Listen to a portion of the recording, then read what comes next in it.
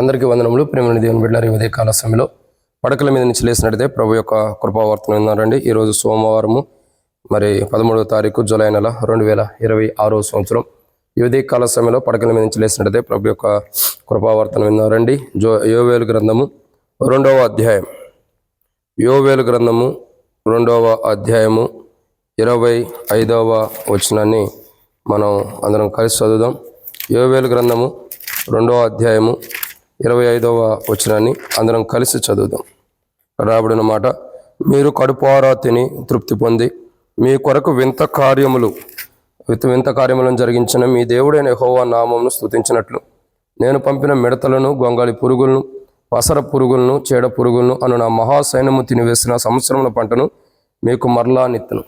ఇక్కడ ఈరోజు మనం దేవుని వాక్యాన్ని చూసినట్టే, దేవుని లేఖన భాగాన్ని చూసినట్టే, ఇక్కడ రాయబడినటువంటి ఒక మాట ఏంటంటే, ప్రియులారా, ఈరోజు మనకు ఇవ్వబడిన కృపావర్తను చూసినట్టు ఇక్కడ నా మహాసైన్యము తినివేసిన సంవత్సరముల పంటను మీకు మరలా ఇస్తానని దేవుడు మాట్లాడుతున్నాడు. కాబట్టి ఇక్కడ మొదటి కోణాన్ని మనం చూద్దాం. ఏమని రాయబడుతూ వచ్చిందంటే, ఎందుకు తినివేసిన పంటను ఇస్తున్నాడంటే ఆయన నామమును స్తుతించడానికి. అందుకే అక్కడ రాయబడుతూ వచ్చింది కదా, మీ దేవుడైన యెహోవా నామమును స్తుతించినట్లు నేను పంపిన మిడతలను, గొంగళ పురుగులను, పసర పురుగులను తినివేసిన పంటను మరలా ఇస్తానంటున్నాడు. కాబట్టి ఆయన ఎందుకు తినివేసిన పంటని మరలా సమృద్ధిగా మనకి ఇవ్వడానికి ఇష్టపడుతున్నాడంటే ఆయన నామమును మనం స్తుతించడానికి. ఇక్కడ ఆయన నామం ఎలాంటిది అన్నది కొన్ని విషయాలు జ్ఞాపకం చేసుకోవాలి. మొదటిగా ఆయన నామం ఎలాంటిదంటే, ఆది కాండంలో ఒక మాట రాయబడుతూ వచ్చింది, 13వ అధ్యాయం 4వ వచనం. ఆది కాండము 13వ అధ్యాయము 4వ వచనంలో ఒక మాట మనం చూసినట్లయితే, తాను మొదట బలిపీఠమును కట్టిన చోట చేరెను, అక్కడ అబ్రాము యెహోవా నామమును ప్రార్థన చేశాను. సో మొదటి కోణం ఏంటంటే, ఆయన నామమును స్తుతించడం కొరకై తినివేసిన పంటను మరలా మనకు తిరిగిస్తున్నాడు. సో ఆయన నామం ఎలాంటిదంటే, మొట్టమొదటిగా ప్రార్థన కలిగినటువంటి నామం, ప్రార్థనతో నింపబడినటువంటి నామం. ఆయన నామమును ఏది మనం అడిగినా ఇస్తాడని యోహాను సువార్త 14 వచ్చిన రాయబడుతూ వచ్చింది. ఇక్కడ ఆయన నామం ఎలాంటిదంటే, మనం ఏది అడిగినాను సమృద్ధిగా మనకి ఇచ్చేది. ఆయన నామం ఎలాంటిదంటే ప్రార్థనతో కూడినది, ప్రార్థనవంతమైనది, ప్రార్థనా ఫలం కలిగినది. ఆయన నామంలో ప్రార్థన ఉంది. ఆయన నామంలో ప్రార్థన ఉందని ఎందుకంటున్నానంటే, ఆయన పేరులోనే ప్రార్థించదగిన దేవుడని, గొప్పవాడని ఆయన గురించి మనం చెప్పుకుంటూ వస్తున్నాం. కాబట్టి ఆయన నామం ఎలాంటిదంటే ప్రార్థన కలిగినటువంటి నామం. సో ఆ నామం బట్టి మనం ఏం ప్రార్థన చేస్తున్నాం అంటే, అక్కర్లు తీర్చే నామం. ఒక మాట చెప్పాలంటే, ప్రార్థన అంటే మనకు ఉన్న అవసరతలు దేవుని అడుగుతున్నాం. కాబట్టి అక్కర్లు తీర్చేటటువంటి నామం అది. మన అక్కర్లు తీర్చే నామాన్ని మనం స్తుతించడం కొరకే తినివేసిన పంటను మరలా మనకి ఇస్తున్నారు.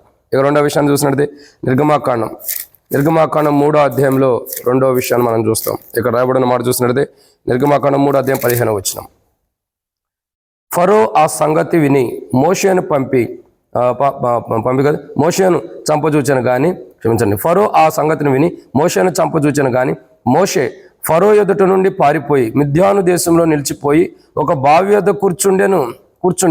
కాబట్టి ఇక్కడ మోషే యొక్క జీవితాన్ని చూస్తున్నాం, మోషే యొక్క అనుభవాన్ని చూసినట్లయితే, మోషే యొక్క ఆలోచన మనం చూసినట్లయితే, క్షమించండి నేను రండి రెండో విషయాన్ని మనం చదువుదాం. రండి నిర్గమాకాండం 3వ అధ్యాయం 15వ వచనం. మరియు దేవుడు మోషేతో ఎట్లను, మీ పితరుల దేవుడైన యెహోవా అనగా అబ్రాహాము దేవుడు, ఇస్సాకు దేవుడు, యాకోబు దేవుడినైన యెహోవా మీ వద్దకు నన్ను పంపినని నీవు ఇశ్రాయేలుతో చెప్పాను. నిరంతరం నా నామం ఇదే, తరతరములకు ఇది నా జ్ఞాపకార్థ నామము. ఇక్కడ రెండో కోణాన్ని మనం చూస్తున్నాం. ఏంటి నామం అంటే జ్ఞాపకార్థమైనటువంటి నామం. ఏ కష్టాల్లో ఉండా, ఎటువంటి బాధల్లో ఉండా, ఎటువంటి దుఃఖాల్లో ఉండా, ఎటువంటి ఇబ్బందుల్లో ఉండా, ఎటువంటి శ్రమల్లో నువ్వు ఉండా, ఎటువంటి బాధల్లో కూరుకుపోయిండా, ఎటువంటి ఇబ్బందుల్లో కూరుకుపోయిండా, అంటే చెప్పుకోలేని పరిస్థితుల్లో కానీ, మానసికమైన వేదనతో కూడిన పరిస్థితుల్లో కానీ, ఎలాంటి కలవరంతో ఉండే పరిస్థితుల్లో కానీ, అంటే ఇంకా మానసికంగా కృంగదీస్తున్న పరిస్థితుల్లో కానీ, అంటే మన అనుకునేవారు కానీ, మన అనుకునేవారు కాని వారు కానీ, మనల్ని బాధిస్తూ, మనల్ని దుఃఖపరుస్తూ, మనల్ని వేధిస్తూ ఉన్నటువంటి ఎవరైనా సరే, అంటే ఓ రకంగా చెప్పాలంటే మానసికంగా మనల్ని ఎవరైతే వేధిస్తూ వస్తారో, లేదా మానసికంగా మనం కృంగిపోయిన పరిస్థితిలో ఉండా, వేదనతో ఉండా, దుఃఖంతో ఉండా, బాధలతో ఉండా, ఇప్పుడు మనం ఉన్న పరిస్థితిలో ఎవరినైనా జ్ఞాపకం చేసుకోవాలంటే అది ఈ నామమే. మనం ఉన్న పరిస్థితి నుంచి మార్చబడాలంటే, మనం ఉన్న పరిస్థితి నుంచి మనం వేరుపరచబడాలంటే, ఎట్టి పరిస్థితుల్లో మనం ఉన్న ఆ పరిస్థితి నుంచి మనం విడుదల పొందాలంటే ఈ నామమే. ఆ నామము ప్రార్థనాపూర్వకమైనది. మనం ఉన్న అక్కర్లో ప్రార్థన చేస్తే మన అక్కర తీర్చేది. ఆ నామం ఎలాంటిదంటే జ్ఞాపకార్థమైన నామం. అంటే నువ్వు కష్టం వచ్చినప్పుడు, బాధ వచ్చినప్పుడు ఎమ్మటే జ్ఞాపకం చేసుకుంటే నీ అవసరత తీర్చేటటువంటి నామం ఇది. అంటే నీకు అంటూ ఒక ఆధారంగా ఉన్న నామం, నీకంటూ ఒక అవసరంగా ఉన్నటువంటి నామం. నువ్వు కష్టాల్లో బాధల్లో కూరుకుపోతే నాకు ఎవరుండారని నువ్వు అనుకోవద్దు. నీకంటూ ఒక నామం ఉంది, నువ్వు జ్ఞాపకం చేసుకుంటే ఆ నామం నీ అక్కర్లు తీర్చేది ఉంటుంది. ఇది రెండు. మూడోదిగా చూసినట్టయితే ఆ నామం ఎలాంటిది అంటే తినివేసిన పంటను మరలా ఇస్తానికి కారణం ఏంటంటే ఆ నామం స్తుతించడానికి. ఆ నామం ఎలాంటిది? ప్రార్థనతో కలిగింది. ప్రార్థన కలిగినటువంటి నామం అంటే మనకు ప్రార్థన నేర్పేది, మన అక్కర్లు తీర్చే నామం. ఒక మాట చెప్పండి. రెండు, జ్ఞాపకార్థమైన నామం. మూడోదిగా నామం ఎలాంటిదంటే నిర్గమాకాండం 9వ అధ్యాయం.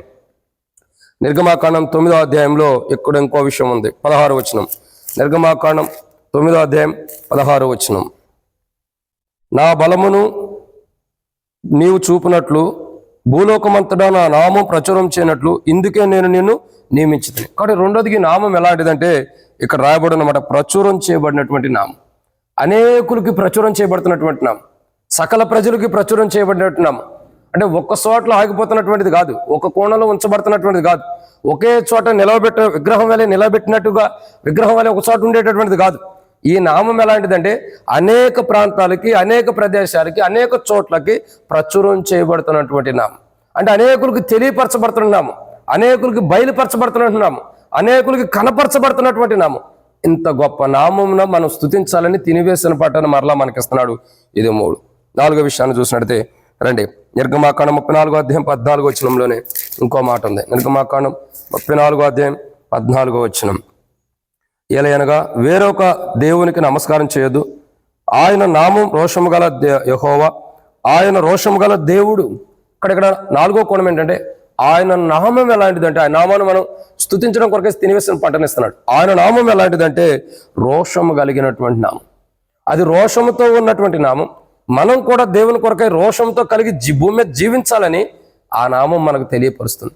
కాబట్టి రోషం కలిగినటువంటి నామం తప్పును తప్పుగా ఖండించింది, పాపాన్ని పాపంగా ఖండించింది, అపవిత్రతను అపవిత్రంగా ఖండించింది.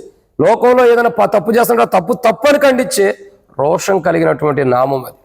అంత రోషం కలిగినటువంటి నామము దేవుణ్ణి, అంత రోషం కలిగిన నామాన్ని మనం స్తుతించాలని తినివేసిన పంటను మనకు మరలా ఇస్తున్నాడు. ఇది 4. 5వ కోణాన్ని చూసినట్టయితే లేవికాండం 20వ అధ్యాయం. లేవికాండం 20వ అధ్యాయము మనం చూసినట్టయితే ఇక్కడ లేవికాండం 20వ అధ్యాయంలో మరి 3వ వచనంలో ఒక మాట రాయబడుతూ వచ్చింది. లేవికాండం 20వ అధ్యాయం 3వ వచనం. ఆ మనుషుడు నా పరిశుద్ధ స్థలమును అపవిత్రపరిచి నా పరిశుద్ధ నామమును అపవిత్రపరచుటకు తన సంతానమును, ఇక్కడ చివరి కోణం ఏంటంటే క్షమించండి, లాస్ట్ మాట ఏంటంటే 5వ కోణం, నా నామం అపవిత్రపరచకూడదు అంటాడు. అంటే ఆయన నామం పరిశుద్ధమైనదని అర్థం. ఇక్కడ ఆ నామం ఎలాంటిదంటే ఒక పవిత్రతతో పరిశుద్ధతతో కూడినటువంటి నామం, ఒక పవిత్రమైనటువంటి నామం. ఆ నామం అపవిత్రమైనది కాదు, ఆ నామం పరిశుద్ధమైనది, పవిత్రమైనది, నిర్దోషత్వం కలిగినటువంటి పవిత్రతతో కూడినటువంటి నామం అది. కానీ ఈరోజు మనం ఈ ఉదయకాలం పడకల మించి లేసినట్టు ప్రభు యొక్క కృపావర్తన ఏంటంటే మన జీవితాల్లో తినివేసిన పంటను మరలా ఎందుకు ఇస్తున్నాడంటే ఆయన తినివేసిన పంటను మనకి ఇవ్వడానికి గల కారణం ఏంటి? ఆయన ప్రార్థన మన ఏదైతే అవసరం మొరపెడతామో అక్కర్లు తీర్చేటటువంటి నామాన్ని బట్టి స్తుతించాలని, ఆయన జ్ఞాపకార్థమైన కష్టాల్లో బాధలు కూలిపోయినప్పుడు అందరూ నేను విడిచిపెట్టినా నీకంటూ ఒకరు ఉన్నారని జ్ఞాపకం చేసుకుంటే ఆ జ్ఞాపకార్థమైన నామం ఉంది కాబట్టి దాన్ని బట్టి ఆరాధన స్తుతించడానికి, ఆయన ప్రచురించేటటువంటి నామం స్తుతించడానికి, రోషం కలిగిన నామం, పరిశుద్ధమైనటువంటి నామాన్ని స్తుతించడం కొరకై తినివేసిన పంటను మరలా ఇవ్వడానికి ఇష్టపడుతున్నాడు. కానీ ఈరోజు మనకు తినివేసిన పంటను ఇస్తున్నాడు కాబట్టి ఎక్కడ ఆయన నామాన్ని స్తుతించే విషయంలో అశ్రద్ధ చేసామో అది బుద్ధి తెచ్చుకున్న వారమై, సరి చేసుకున్న వారమై నేటి నుండి తినివేసిన పంటను మరలా ఇస్తున్నాడు కాబట్టి ఆయన నామాన్ని గణపరిచే వరకు మనం ఉన్నట్లు ప్రభు మనకి సహాయం చేయను గాక ప్రార్థన. ప్రేమ కలిగిన తండ్రి మీకు వందనాలు. విత్తబడే మాటలకు నీరు కట్టి ఫలింపచేయండి. మా జీవితంలో ప్రభా తినివేసిన పంటను మరలా ఇస్తున్నారంటే దానికి కారణం ఉంది. మీ నామాన్ని స్తుతించాలి. అట్టి స్తుతించే వరకు నన్ను మమ్మల్ని స్థిరపరిచి మహిమ పొందమని ఇచ్చినట్టు సమయానికై స్తుతిస్తూ యేసు ప్రభు నామములో ప్రార్థిస్తున్నాను తండ్రి. ఆమేన్. ప్రేమ దేవుని బిడ్డలారా, అందరికీ మన ప్రభువైన యేసుక్రీస్తు నామములో శుభవందనములు. Praise the lord.